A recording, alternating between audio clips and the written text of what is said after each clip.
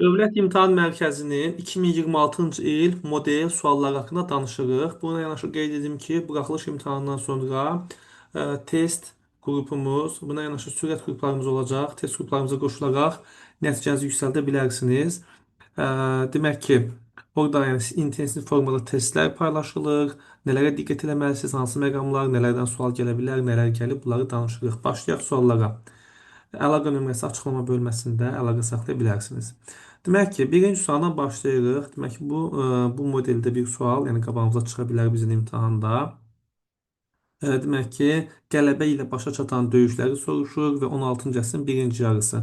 Mərv döyüşü 1510 qələbə ilə başa çatıb, bunu seçdik. Cabanı döyüşü dövlət yaratmaqdan öncədir. 1500-cü ildir, bunu seçmədik. Həmədan döyüşü, demək 1535 Osmanlını məğlub eləmişdi, bunu seçdik. Çıldır döyüşünə bir çılla başlayan döyüşlərdə məğlub olublar. 1578, Sınıq körpü döyüşü 1618-də ona görə seçmədik. Molla Həsən döyüşü 1578 qalib gələ bilər. Demək ki, 1-ə AC, 2-yə demək ki, təkcə C variantı. Olur D variantı. Gəldik növbəti suala baxırıq.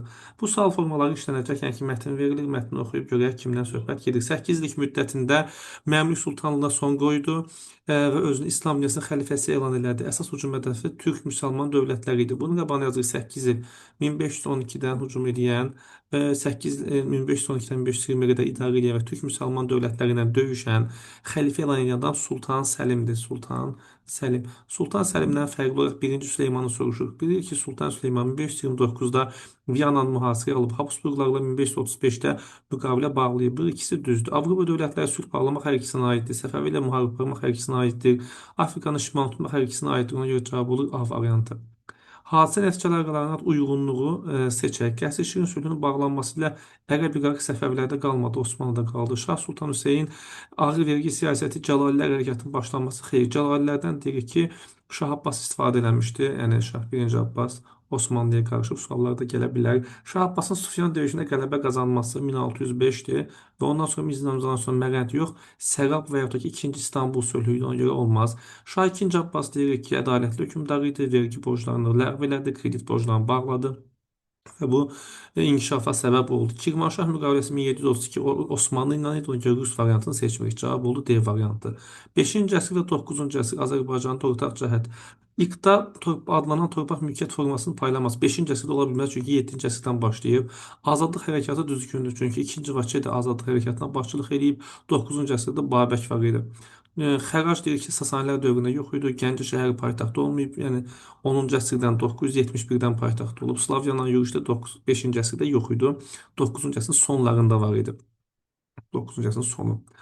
Cədvələ uyğun, bax bu sual forması yeni sual forması gələ bilər. Demək, Cəlalilər dövlətindən fərqli olaraq Qaraqoyunlu dövlətinə aid tapmalıyıq. Şirvanşahları hər ikisi tabe edib. Birisi 1412-də, birisi də 1367-də. Bu fərqli cəhət deyil, ortaq cəhətdə. Ortaq cəhət olduğu üçün zaten A variantları getdi. Əmir Teymurla Bağdad döyüşündə 1394-də olub, onda da Qaraqoyun dövləti yox idi. Ona görə də B variantı getdi. Keçdik, belə ki, təkcə C var.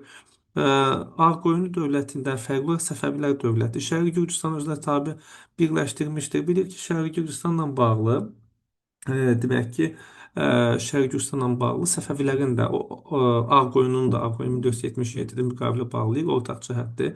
Səfəvilər də bu əraziləri Amasya görə bunların əlində qalıb. Kəsranilərin sülaləsinin hakimiyyətinə son qoymuşdu. Demək ki, Kəsranilər sualəsini dedik daha öncə 1382-də süqut edib, ona görə bu variant olmaz. Böyük Moğol düzgün cavabdır. Cavab olur A variantı. 6-cı sual çox asan sualdır. Mixi yazı Şumerlərə aiddir, düzdür. Olimpiya oyunları Yunanistana aiddir. Heroqliflər Hindlərə, Çin və Misirdə olub. Onluq say sistemi, onluq hesablama sistemindən istifadə eləmək məsələsi və onluq hesablama sistemindən istifadə və ilk təkidiyyalarda düzgün cavablardır. Misirlilərdə var. Sadəcə bir şey yadda saxlayın ki, sıfırın kəşfi Hindistanda. Onluq hesablama sistemi Misirlərdə var idi. Əlini göyə qaldırmış şəxs milyonu ifadə edirdi. Yunanlarda tragediya, komediya belə şeylər var idi. Cavab olur A variantı. Xəzər xaqanlığı, Şirvanşahlar və Sadilər dövlətinin oxşar cəhətləri. Erkən orta əsrlərdə bəli bilirik ki, 3-11-ci əsrlər şərqdə o erkən orta əsrlər hesab olunur. Azərbaycanda ərazisində Azərbaycan ərazisinin yaranması, yəni Xəzər xalqları tam Azərbaycan ərazisi deyil. Azərbaycan asıla salıblar gəlib. Slavyanlarla mübarizə aparmaq oxşar cəhətdir. Onun cəsirdə bilirik ki, Şirvanşahlar 1538-də süqut edib, amma bunlar 965-də bu süqut edib, Salaridə 981-də süqut edib. Abbasi xilafətin parçalanması nəticəsində isə Şirvanşahlar Salarilər yaranmışdı. Xəzər xalqları olmuş. Cavab olur 1-3. 8-ci suala baxırıq. 19-cu əsr Şimal Azərbaycan mədəniyyəti. Demək ki, bu mədəniyyətlə bağlı olaraq bir neçə dəfə, iki dəfə də belə ortaq tarix kimi düşüb, həm cənub, həm şimalla əlaqəli. Qəza məktəblərinin açılması Şimali Azərbaycan məktəblərinə aiddir, Şimali Azərbaycana aiddir, ona görə olmaz. İlk teatr binasının tikilməsi şimalda 1883-dür, cənubda isə 1916 olmaz. Üsulu cədid hər ikisində var. Üsulu cədid həm şimal, həm cənub Azərbaycanda var. Bədii film 20-ci əsr Neft Milyonlar səltənətində, satirik mətbuatı 1906-cı il Molla Nəsrəddindən götürürük. Rəqəmlərlə verilmiş xanlıqlara aid heç birinə aid olmayan fikir tapın deyir. Suala baxaq. Demək ki, bura Şamaxıdır, bura Qarabağ xanlığıdır. Urmiya gölünə görə Urmiyanı tapırıq, bu Urmiyadır. Bura Gəncə xanlığıdır, bura da Şəki xanlığıdır. Bir müddət iki hakimlik bilir ki, Gəncə ilə Şamaxıda iki hakimiyyətlik olub. Bu variant verildiyi üçün bunu çıxdıq.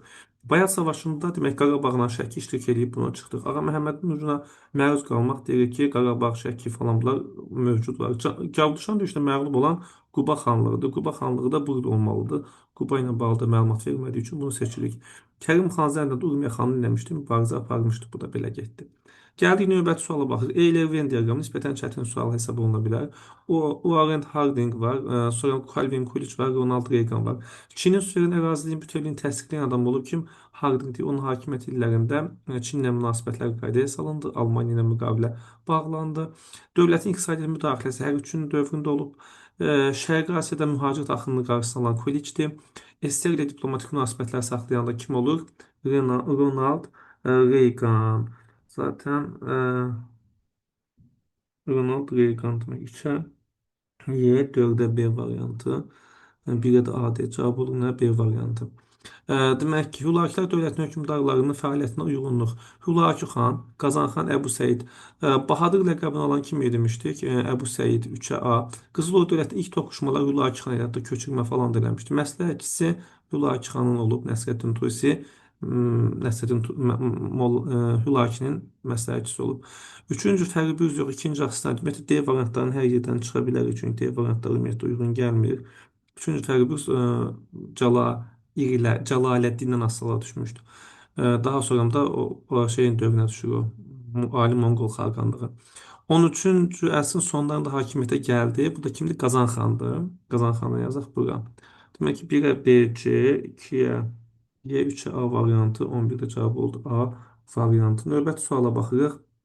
Demək ki, ulduzla verilmiş, yəni bu İngiltərədə Birinci Dünya müharibəsi illərində Osmanlı tərəfindən bəli Çanaqqaledə, Kurtulamarada məğlub edilib. Məsələn, Kurtulamaranı yadda saxlayaq Bağdad ərazisində.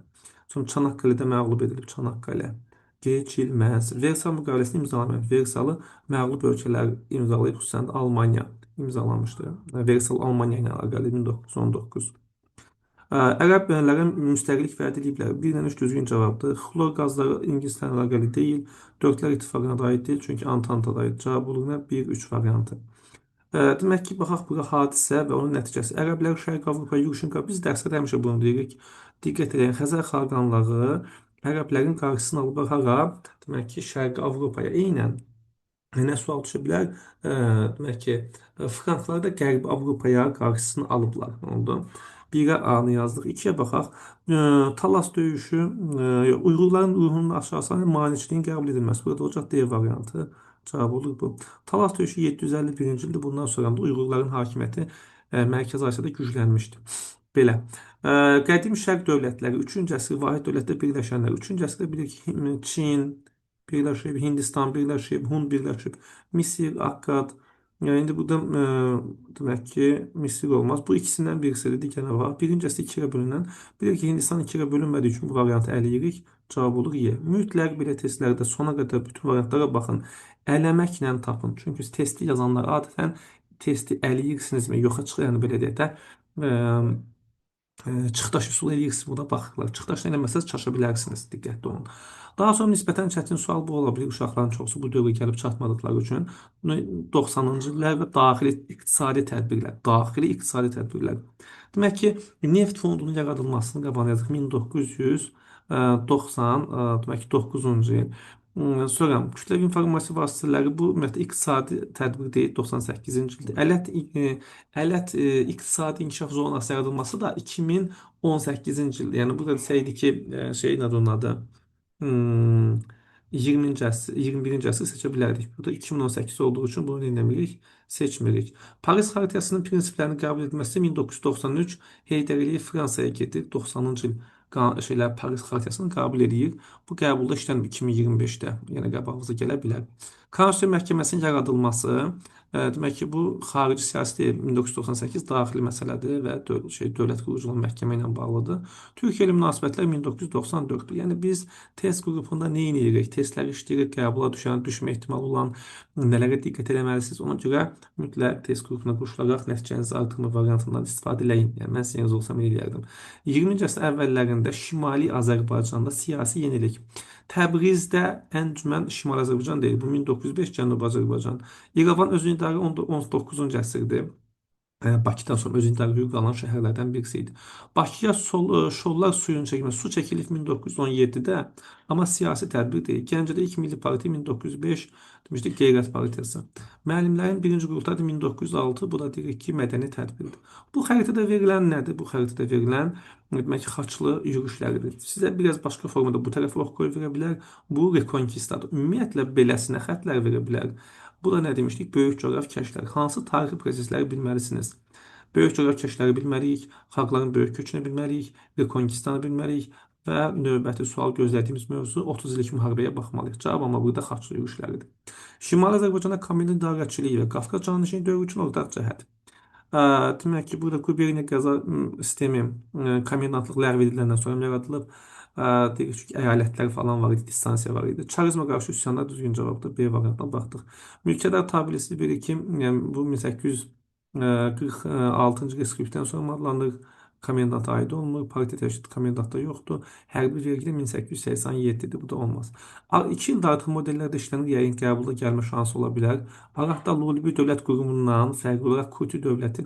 Urmiya gölü ortaq cəhət, 3-cü minillik ortaq cəhət, Akkad dövləti düzgün cavabdır. Çünki Kutilər Akkad dövlətinin süqut olublar. Manna ilə əlaqə yoxdur. Mesopotamiya əlaqə ortaq cəhətdir. Bu sual formasına baxaq. Demək ki, birinci Şəmsəddin Eldənizdən fərqli cəhətini tapırıq.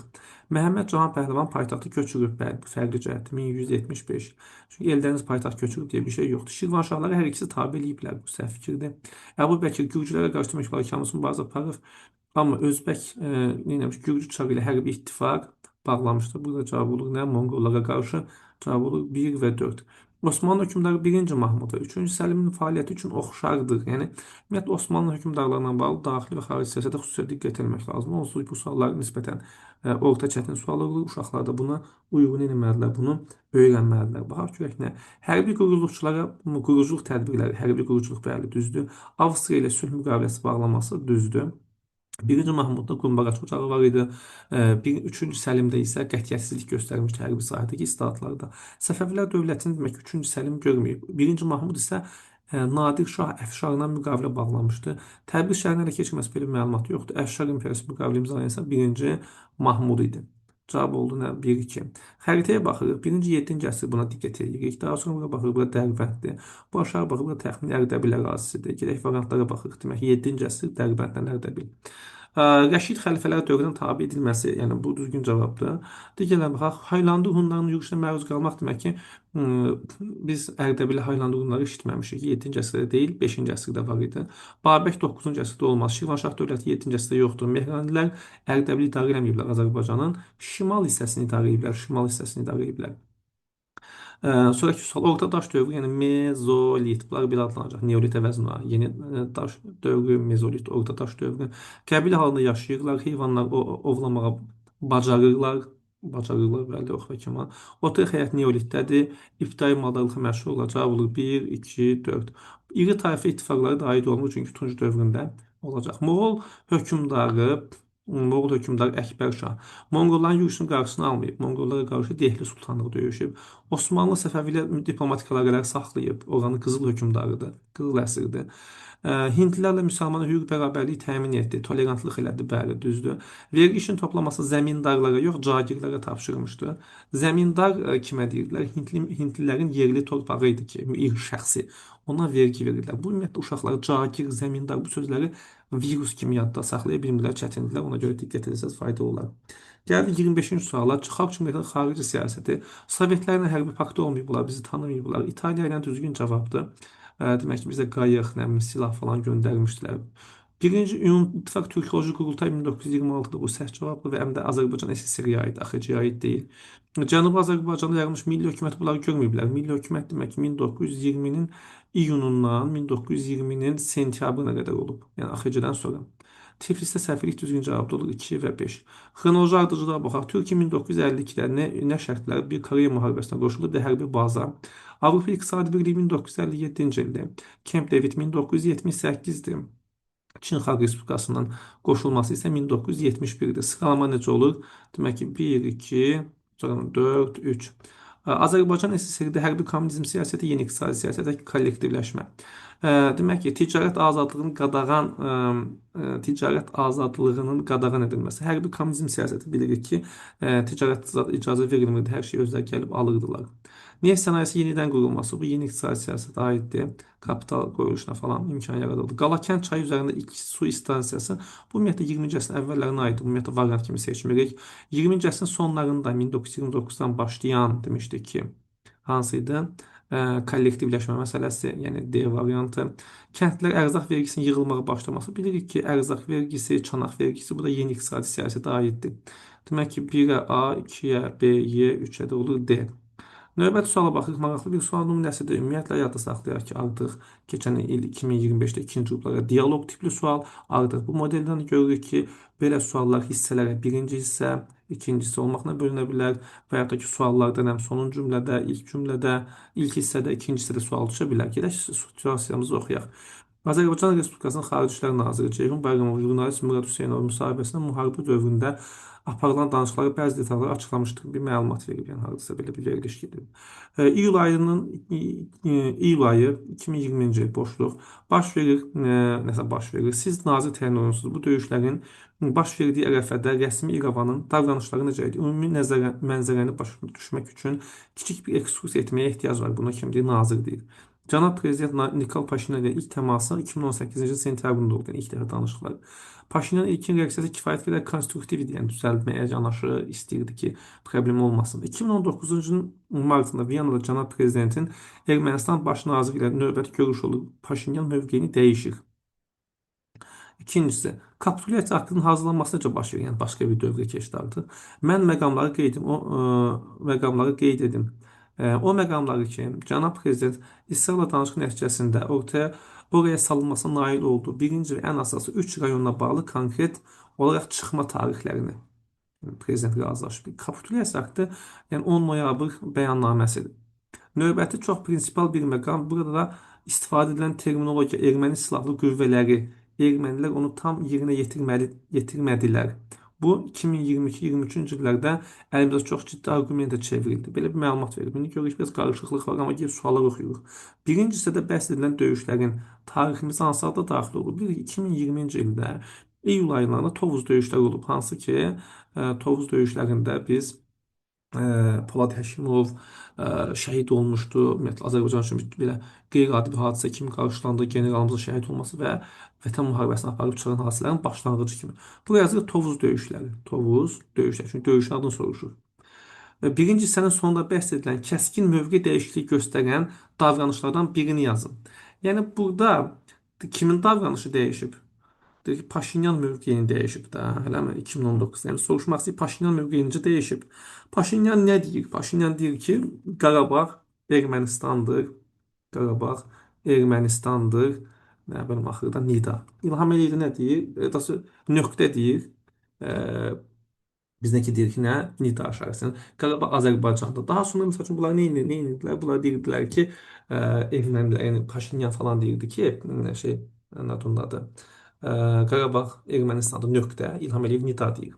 Daha sonra deyir ki, yəni ümumiyyətlə bu danışıqlar falan yəni çox uzandı, buna riayət etmək istəmir, iddiası olur ki, biz formatı dəyişməliyik, nə bilim belə şeylər.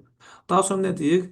Deyir ki, digər bir tələb yaza bilərsiniz. Bu nöqtə ən rahat məktəb kitabından. Deyir ki, Ermənistan Qarabağdakı ermənilər də tərəf kimi orada yeməlidirlər, çıxış etməlidirlər. Sonra deyir ki, yəni bu məsələlərlə bağlı ATƏT-in Minsk qruplarının şeyləri mən nəzərə almıram falan filan. Ən əsas bu cümləni yazsaz, birini yazdı, bəsdir. Birini yazdıq. Qarabağ Ermənistanın nöqtə, İlham Əliyev Qarabağ Azərbaycandır, nida. İkinci hissədə altından xətt çəkilmiş ifadələrin birbaşa aid olduğu üç tərəfli bəyanatda nəzərdə tutmuş öhdəliklərdən ikisini yazın. Demək ki, altından xətt 3 rayon, 3 rayondan erməni silahlı birləşmələri ilə bağlı. 3 rayon hansıdır? Demək ki, Kəlbəcər, sonra hansı? 2 Ağdam, eləmi? 3 hansı? Laçın. Yəni bunlarla bağlı tarixləri yazsanız yetərlidir. Mütləq və mütləq bu rayonların xəritədəki yerlərini bilmək lazımdır. Bu rayonların mütləq xəritədən başqa da nəyi bilmək lazımdır? Ə, Demək ki, azad olunma tarixlərini. Baxaq, demək ki, Kəlbəcər rayonu, demək ki, 15, demək ki, noyabr. 15 noyabr yazdıq. Ağdam rayonu deyirik ki, demək ki, 20 noyabr. Laçın rayonu da azad edilməsi 1 dekabr tarixlərində azad edilməli idilər. Aydındır? Yəni Erməni silahlı birləşmə burada nə deməkdir? Çıxıb getməlidirlər. Yəni əlavə maddə də yaza bilərsən, sülh məqamlı kontingent yerləşməlidir falan filan bu formada. Amma bu üçündən ikisini yazsaz yetərli olur. Daha çox situasiya sualı, daha çox qəbul tipli sual işləmək istəyirsinizsə, test qrupuna qoşulun. Dəyərlisiz, salamat qalın, sağ olun.